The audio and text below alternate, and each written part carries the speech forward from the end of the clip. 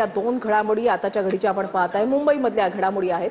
अमित ठाकरे आशिष शेलार यांच्या वांद्र्या इथल्या कार्यालयामध्ये पोहोचलेले आहेत। भेटीचं कारण अजून कळू शकलेलं नाही, मात्र ही भेट अत्यंत महत्त्वाची मानली जाते, कारण 2 दिवसांपूर्वी राज ठाकरेंनी देखील फडणवीसांची भेट घेतलेली होती। मुंबईमधल्या नागरी समस्यांवर त्यांची भेट झाली होती। दुसरीकडे मालवणी टाउनशिप शाळेच्या खासगीकरणाला विरोध होतोय। काँग्रेसचे आमदार असलम शेख यांच्या नेतृत्वामध्ये आंदोलन होणार होतं, मात्र आता काँग्रेस कार्यकर्त्यांची धरपकड करायला पोलिसांनी सुरुवात केली।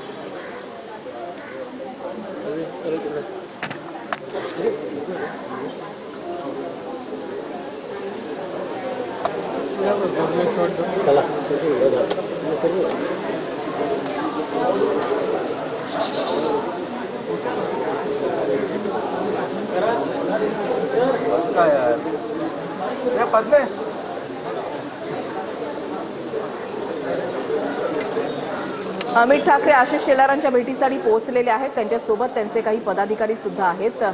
कोणत्या मुद्द्यावर ही चर्चा होती आणि एक निवेदन सुद्धा अमित ठाकरे यांच्याकडून आशिष शेलार यांना देण्यात आलेलं आहे, मात्र त्याचा तपशील काय हे अजूनही चित्र स्पष्ट झालेलं नाही। हे दोन्ही नेते काही वेळानंतर माध्यमांशी बोलू शकतात, त्यावेळेला या भेटीमागचं कारण जे आहे ते स्पष्ट होऊ शकतं। तर दुसरीकडे मालवणी टाउनशिप शाळेच्या खासगीकरणावरून वाद जो निर्माण झालेला आहे, या खासगीकरणाला विरोध होतोय आणि काँग्रेसचे आमदार असलम शेख यांच्या नेतृत्वामध्ये हे आंदोलन आता थोड्याच वेळामध्ये होणार होतं, मात्र काँग्रेसच्या कार्यकर्त्यांना पोलिसांनी सध्या ताब्यात घेतलेलं आहे। असलम शेख या ठिकाणी पोहोचलेले आहेत आणि दुसरीकडे अमित ठाकरे आशिष शेलार यांच्या भेटीसाठी पोहोचले। या आताच्या घडीच्या 2 महत्त्वाच्या बातम्या मुंबईमधल्या आपण या ठिकाणी पाहताय। आशिष शेलार यांच्या वांद्र्यामधल्या कार्यालयामध्ये अमित ठाकरे पोहोचलेले आहेत। भेट त्यांच्याकडून घेतली जाते। दुसरीकडे मालवणी टाउनशिप शाळेच्या खासगीकरणावरला विरोध करत काँग्रेस आक्रमक झालेली आहे। काँग्रेस कार्यकर्त्यांना काही वेळापूर्वीच पोलिसांनी ताब्यात घेतलेला आहे। आमचा आवाज दडपण्याचा प्रयत्न होतोय असं इथल्या आंदोलनकर्त्यांनी काही वेळापूर्वी TV9 मराठीशी बोलताना सांगितलेलं आहे। TV9 मराठीला प्रतिक्रिया देताना सांगितलेलं आहे। तर दुसरीकडे आपण पाहताय राजकीय घडामोड। अमित ठाकरे आशिष शेलार यांच्या भेटीसाठी पोहोचलेले आहेत। 9ची सकाळची वेळ होती।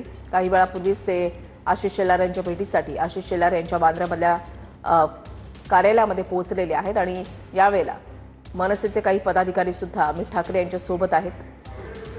2 दिवसांपूर्वीच राज ठाकरे आणि देवेंद्र फडणवीस यांची भेट झालेली होती। त्याच्यावरून अनेक तर्कवितर्कांना उधाण आलेलं होतं, कारण बेस्ट पतपडीच्या निवडणुकीच्या नंतर राज ठाकरे यांनी फडणवीसांची भेट घेतलेली होती। अनेक तर्कवितर्क लढवले जात होते, मात्र आपण मुंबईमधल्या नागरी समस्यांबाबत देवेंद्र फडणवीस यांच्याशी चर्चा केली। पार्किंगचा मुद्दा असो, वाहतूक कोंडीचा मुद्दा असो, यावर चर्चा केल्याचं राज ठाकरे त्यांचं म्हणणं आहे की जर प्रायव्हेट संस्थेला दिलं तर अजून चांगला होईल, अजून चांगला शिक्षण होईल, बाकी मुले अजून चांगला शिकणार। मग त्यांनी स्वतःची जागा द्यावं ना, त्यांनी स्वतःचं कॉलेज द्यावं ना। मुंबई महानगरपालिकाची जागा सरकार टॅक्स पेअरचे पैशांनी बांधलेली जागा, आमच्याकडे शिक्षक आहेत, ते शिक्षक असक्षम आहेत का? त्यांनी स्वतःची जागा द्यावं, स्वतःचं कॉलेज द्यावं ना। महानगरपालिकेची जागा कशात कुणाच्या घशात घालता? त्यांनी सांगितलं की मालवणीमध्ये एकही शाळा चांगला नाही, एकही कॉलेज नाही आहे। तुम्ही काय केलं याच्या आधी? तुम्ही राजकारण करत त्याच्या विषयावर? अहो त्यांचे डोले आहेत का नाही? मुंबईत सर्वात मोठी महानगरपालिकेची शाळा ही आहे, जे तिथे मी आलेत तुम्ही। 4 शाळेचं काम चालू आहे। 1 नंबरची शाळा जर अख्ख्या मुंबईत कुठे झाली असेल तर या मला मी आता आलनेत चॅनलवर घेऊन जा।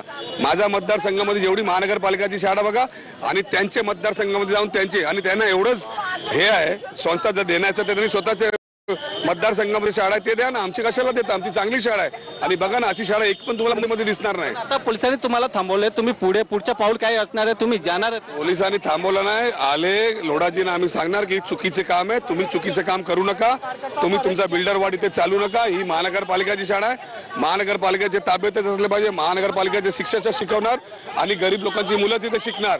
शाळा चालू नाही झाली आणि तिकडे बसलेले ती बिल्डिंग इन्चार्जनी लोकांकडून पैसे घेतलेले आहेत, लोकांनी तक्रार केलेली आहे, लोकांकडून लाखो रुपये घेण्याचं काम केलंय, तेही गुन्हा दाखल करण्यासंदर्भात आज आम्ही लोढाजीला सांगणार आहोत। ते वर्षा गायकवाड पण आलेत। वर्षाताई, तुम्हाला आधीच पोलिसांनी थांबवले आहे, तर आंदोलन होतं तुमच्या काय?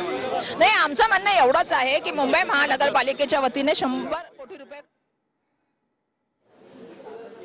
अमित ठाकरे आशिष शेलार यांच्या भेटीसाठी काही वेळापूर्वी पोहोचलेले आहेत आणि अमित ठाकरे आणि आशिष शेलार यांच्यामध्ये चर्चा सुरू आहे। यावेळेला मनसेचे पदाधिकारी सुद्धा अमित ठाकरे यांच्या सोबत आहेत। एक निवेदन आशिष शेलार यांना देण्यात आलेलं आहे।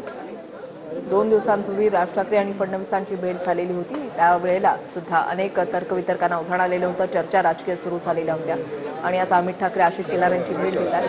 एक निवेदन त्यांच्याकडून देण्यात आलेलं आहे आशिष शेलार यांना. वादळाचा तपशील काय, याच्यामध्ये नेमके मुद्दे कोणते आहेत हे काही वेळात चित्र स्पष्ट होऊ शकतं.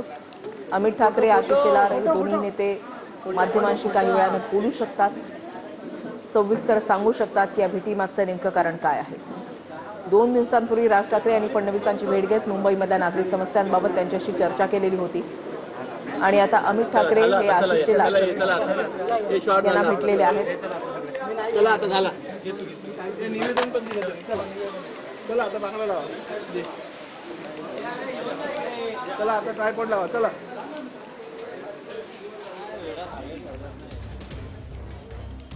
आगामी सणावारांच्या पार्श्वभूमीवर ही भेट आहे का किंवा इतर काही मुद्द्यांवर भेट आहे का, हे काही वेळातच चित्र जे आहे ते स्पष्ट होईल. दुसरीकडे आपण मुंबईतल्या मालवणीमधली दृश्य आपण पाहताय. काम असे नाही खर्च केले त्यांच्याकडून, सगळं काम मुंबई महानगरपालिकेने मुंबईकरांच्या पैशातून करायचं आणि मग तुम्ही ठरवणार की शाळा प्रायव्हेट माणसाला द्या का, मी प्रायव्हेट एजंटला मदत करायची. शाळा चालवली पाहिजे मुंबई महानगरपालिकेने, सरकारने. दुर्दैवाने जिल्हा परिषदच्या शाळा सुद्धा आधारीला जायला लागल्यात. हे सगळं म्हणणं आहे की मालवणीमध्ये एकही चांगला शाळा किंवा कॉलेज नाही, त्याच्यासाठी मग याच्याकडे चांगली शाळा आहे का? हिला 100 कोटी रुपये देते मुंबई महानगर शाळा चालू शकत नाही, चालू शकते ना. ॲग्रेसिव्ह झाले आहेत जे काँग्रेसचे आमदार आहेत, असलम शेख आणि जे खासदार आहेत. आणि तुम्ही बघू शकता पोलिसांनी यांना थांबवले आहेत. पोलिसांसोबत जे डीसीपी आहेत, डीसीपी पण स्वतः इथे आले आहेत. आणि आमचे कार्यकर्त्याला सोडू नका, आमचे कार्यकर्त्याला सोडू नका, पालकांना सोडा आणि आमचे नगरसेवक आणि खासदार एवढं 5 लोक 10 लोक जाणार आणि त्यांच्याशी तुमच्या समोर बसून आम्ही बोलणार. आम्हाला काय मोर्चा हे काहीच करायचे नाही. त्यांना समजूत घालायचं की आम्ही बांधली, गोरगरिबांसाठी बांधली, तुम्हाला हे प्रायव्हेटायझेशन करता येणार नाही आणि ते कायद्यामध्ये बसत नाही. मला किंबहुना आता तुम्ही पोलीसवाले आहेत, त्यांना हेच विचारायचं की म्युन्सिपाल्टीमध्ये प्रोव्हिजन दाखवा कुठे आपल्याला शाळा दत्तक देत आहे. ते आम्हाला समजत नाही, ते महानगरपालिका आणि आपल्याला माहित आहे. त्यांना विचारणार ना. आता बंद केलेले आहे पूर्णपणे. आणि दुसरं असं की गोरगरिबाच्या पोराने जायचं कुठे मग? ताई आता हे पोलिसांना नाही माहित नाही तो कायदा. आम्हाला भेटू तर आम्ही भेटवतो ना, आम्ही भेटवतो, भेटण्याबद्दल काय अडचण नाही आहे. आता मला एक सांगा, या शाळेमध्ये जे पालक आहेत त्यांनाच आतमध्ये घ्यायचं तर तुम्ही बाजूचे पालकांना आतमध्ये घेतलाय. तुम्ही हे तर शहानिशा करा की कार्यकर्ते पालक बाहेर आहेत, ज्यांच्यासाठी ही शाळा आहे, ज्यांच्यासाठी मंत्री महोदय येत आहेत, त्यांना सोडून तुम्ही बाकीच्या लोकांना आतमध्ये घातलं म्हणजे काय मेसेज देणार? नाही घातला आम्हाला. पोलीसवाल्यांनी सगळं पोलीसवाल्यांनी सांगितलं. मॅडम हे बघा, हे शाळेची लोक मी तुम्हाला फोटो दाखवतो. बीजेपीचे लोक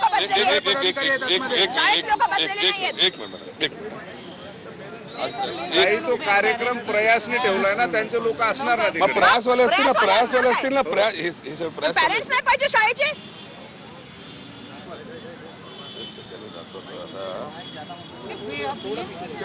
मीटिंग लावलेली आहे, ते पॅरेंट्सच बाहेर आहेत. हे बघा ना, हे कुठले आहेत? हे प्रयास आहेत का? हे चला एक नेते असताना सोडून द्या, बाकी अर्धे जे बसले आहेत हे काय आहेत? बघा ना, रिलेटेड असतील, मला तर माहित नाही. माहिती घ्या ना साहेब. जाधवजी, आम्ही पण लोकप्रतिनिधी आहोत, हो मॅडम, स्थानिक आहेत, खासदार आहेत, त्यामुळे आम्हाला पण तिथे आतमध्ये बसायला पाहिजे, पालकांना भेटो पाठवलं पाहिजे. सांगू इच्छितो साहेब, अजिबात आमच्याकडून कुठलाही लॉ अँड ऑर्डरचा प्रश्न येणार नाही. आम्ही तिकडे जमा होणार आणि त्यांना आमचा विरोध दाखवणार आणि त्यांच्याशी बोलणार आणि जे चुकीचा होत आहे ते चुकीचा त्यांनी सुधारून करून घ्यावा. त्यांच्याकडे एक खाता नाही, त्यांच्याकडे हे अखत्यार नाही कुठलाही दत्तक देण्याचा. ते शिक्षण मंत्री नाहीत, ते मुख्यमंत्री नाहीत आणि हे प्रोव्हिजनच नाही महानगरपालिकामध्ये कुठल्या शाळेला कोणी दत्तक द्यायचं. जर हे पालकमंत्री चुकीचे काम करत असेल त्यांना समोर दाखवणार, त्यांनी समजत आहे इथे ते काढून घेतील. आम्हाला एवढंच त्यांना करायचं आहे. त्यांना सांगायचं की हे तुम्हाला कोणाला देता येणार नाही. महानगरपालिकेने 100 कोटी लावून कोणाला देण्यासाठी थोडी बांधलेली आहे आणि आमच्याकडे शिक्षक आहेत, आम्ही कशाला कॉन्ट्रॅक्ट शिक्षक घ्यायचं? हो, हे सगळं बरोबर आहे आपलं म्हणणं, परंतु त्याच्यामध्ये पालकमंत्र्यांनी तो आदेश दिलाय का काय मला माहित नाही. महानगरपालिकेने दिलाय का? पालकमंत्री नाही आहेत, अध्यक्ष मंत्री आहेत, पालकमंत्री नाही आहेत. पालकमंत्री आशिष शेलार आहेत. आणि दुसरं असं आहे की पालकमंत्री नसले तरी मंत्री असले तरी आम्हाला त्यांना आदरच करायचा आहे.